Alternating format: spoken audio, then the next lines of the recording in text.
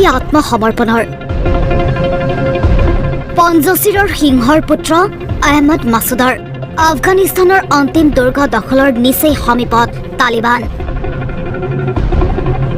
আফগানিস্তান পৰম বিজয়ৰ ওচৰ চাপিছে তালিবান কিয়নো পৰাভূত কৰিবলৈ বাকী থকা একমাত্ৰ উপত্যকা পঞ্জশীৰৰ যোদ্ধাসকলে সহায় আৰু অস্ত্ৰ শস্ত্ৰৰ অভাৱত আত্মসমৰ্পণ কৰাৰ পৰিকল্পনা কৰা বুলি জানিব পৰা গৈছে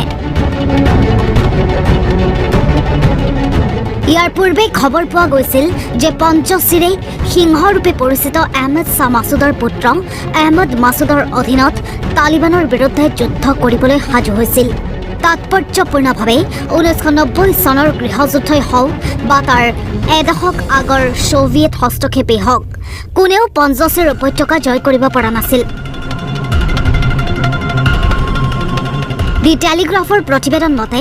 অস্ত্ৰ শস্ত্ৰ আৰু আন্তঃৰাষ্ট্ৰীয় সহায়ৰ অভাৱত পঞ্জশীৰৰ যুঁজাৰুসকলে আত্মসমৰ্পণৰ প্ৰস্তুতি চলাইছে মাছুদৰ এগৰাকী পৰামৰ্শদাতাই জানিবলৈ দিয়া অনুসৰি ৩২ বছৰীয়া যুৱক মাছুদে অস্ত্ৰ শস্ত্ৰৰ সন্ধান কৰিছিল তেওঁ উল্লেখ কৰিছে পঞ্জশীৰে তালিবানৰ সৈতে যুঁজিব নোৱাৰে তালিবান এতিয়া শক্তিশালী এয়া 1980 চন নহয় তালিবানৰ হাতত শক্তিশালী অস্ত্ৰ আছে বহুতো দেশৰ পৰা বিচৰা হৈছিল সহায়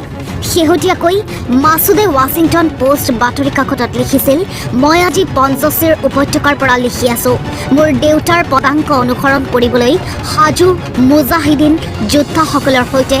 আকৌ এবাৰ তালিবানৰ মুখামুখি হ'বলৈ সাজু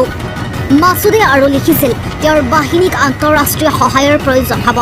এই সেনাবাহিনীত ৬,০০০তকৈও অধিক যুঁজাৰু আছে বুলিও তেওঁ উল্লেখ কৰিছিল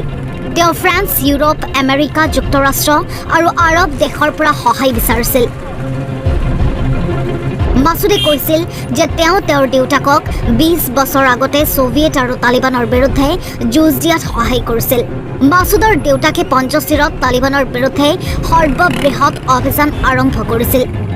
তেওঁক ২০০১ চনত হত্যা কৰা হৈছিল 1989 চনত তাখাৰ প্ৰদেশৰ পিউত জন্মগ্ৰহণ কৰা মাছুদে ইৰাণত স্কুলীয়া শিক্ষা লাভ কৰে আৰু তাৰ পাছতেই ব্ৰিটেইনৰ ৰয়েল মিলিটাৰী একাডেমী চেণ্ডহাৰ্ষ্টত এবছৰীয়া সেনা পাঠ্যক্ৰম কৰিছিল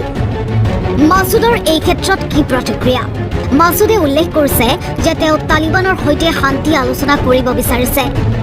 আফগানিস্তানত গৃহযুদ্ধ বিচৰা নাই অৱশ্যে প্ৰয়োজন হ'লে তেওঁ মুখামুখি হ'ব বুলিও সতৰ্ক কৰি দিছিল